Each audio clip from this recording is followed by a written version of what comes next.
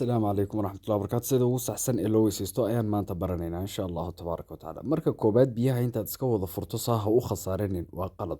Qalad weeyaan, tasarruf weeyaan. Biyaha kolba in yar oo kugu filan ayaad gacanta ku qabsanaysaa kadibna aad isticmaalaysaa iska xidh markaana intaad isticmaalayso.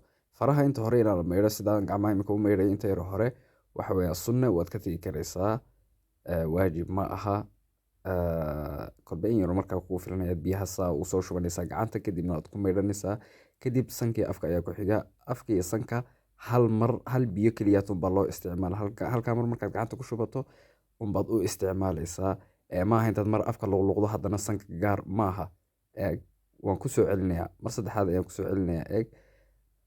Gacantaad biyaha ku qabsanaysaa kadibna afka iyo sanka isku mar ayaad magaranaysaa ay gelinaysaa. Bismillaah. Waka.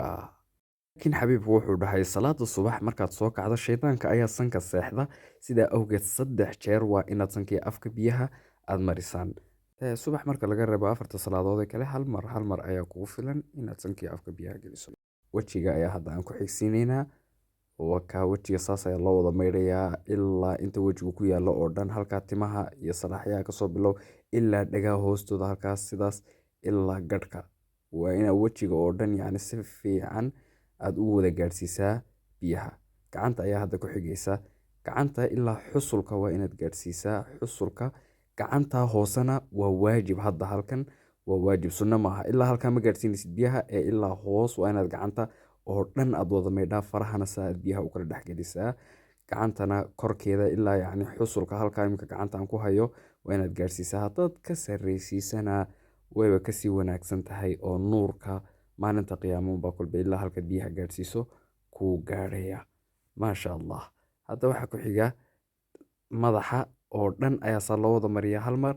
Kadibna dhagaha ayaa saa faraha loo geliyaa. Kadibna markaad saa u maydho kor haddana saa looga soo maydhaa.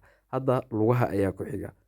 Faraha waa inaad biyaha kala dhex gelisaa oo yacni eeg in yar oo biyaha kugu filan baad furanaysaa ma wada furanaysid. Yani biyaha inaad khasaariso tasarruf ma wanaagsana. Dad aanan biyo haysan ayaa jira. Marka faraha markaas aad ka dhex geliso cidhbahana aad iskaga ilaali inaad cidhbahaaga qoyso oo biyaha gaadhsiiso. Waayo dad badan ayaa cadaabta ku galaya. Markaad maydhayso lugta ilaa halkaas intaas ayaa waajib aan hadda farta ku hayo. Laakiinse ilaa halkaa waad gaadhsiin karaysaa oo nuurka ayaa saan soo sheegnay ku ziyaadaya maalinta qiyaame. Allah nuurka noo kordhiyo lugaha iyo gacmaha iyo intaan weysada marina noo nuuriyo. Marka waa saan soo sheegay hadda faraha saa u kala gelinaysaa. Cidhbaha dad baa lagu cadaabayaa inay ka tagi jireen markay maydhayaan yani weysaysanayaan. Yani cidhbaha maynan si fiican u qoyn jirin marka dad baa lagu cadaabayaa buu dhahay Nabiga sallallahu alayhi wasallam marka aad iskaga ilaaliya. Waxaan rajaynayaa muuqaalkan inaad wax ka faa'iideen walaalihiina kalena si sax ah u weysaystaan u sii gudbiyaa ajirkeedana waad la qaybsanaysaan. Assalaamu calaykum.